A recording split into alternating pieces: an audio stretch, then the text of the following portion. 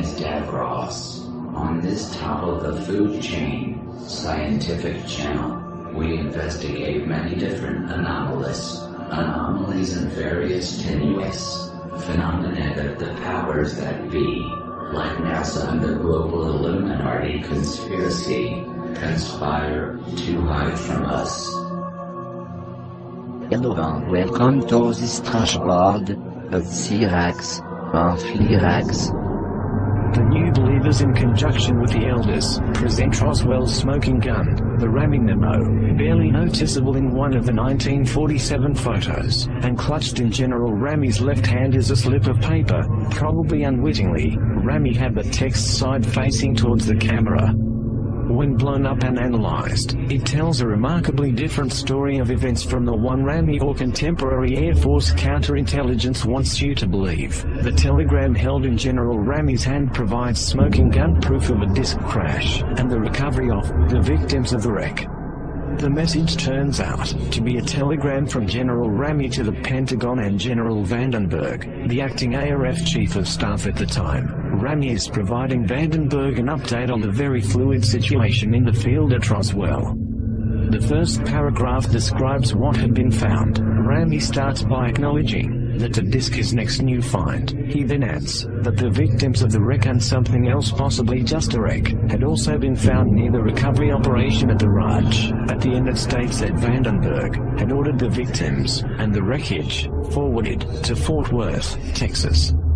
In the second paragraph, Rammy describes how the situation was being handled. Rammy first states that something in the disk, probably the bodies of the forwarded victims, would be flown by a B-29 special transport, most likely the head flight surgeon at Fort Worth, Wright Field, Ohio, home of the Aeronautical Labs, was to assess the Roswell crash object. Finally, Rammy outlines how the situation was being treated publicly, and how they were going to cover it up. First he assures Vandenberg that the earlier highly inflammatory Roswell-based press release was the work of an Army counterintelligence team, but that the next sent-out press release would be of weather balloons.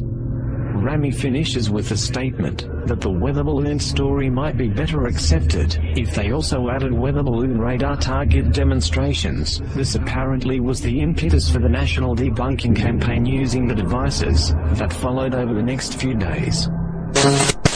There is no question that Rammy's message, even when greatly enlarged and then enhanced by computer, is a very difficult read because of fuzziness, film grain noise, uneven development, photo defects, paper folds and tilt, shadows, and text obscured at the left margin by Rammy's thumb.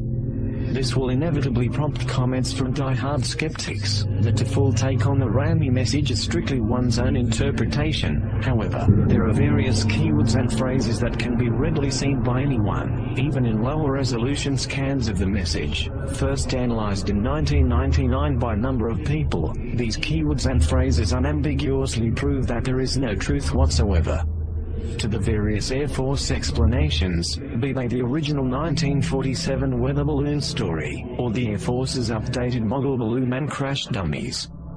Far and away the most important word of the entire messages, victims on the third line, part of phrase the victims of the wreck. If there were victims, then this was no model balloon crash, as the Air Force Roswell report itself noted. Reports of bodies being recovered couldn't be true, because the crash was of a model balloon, which had no alien passengers.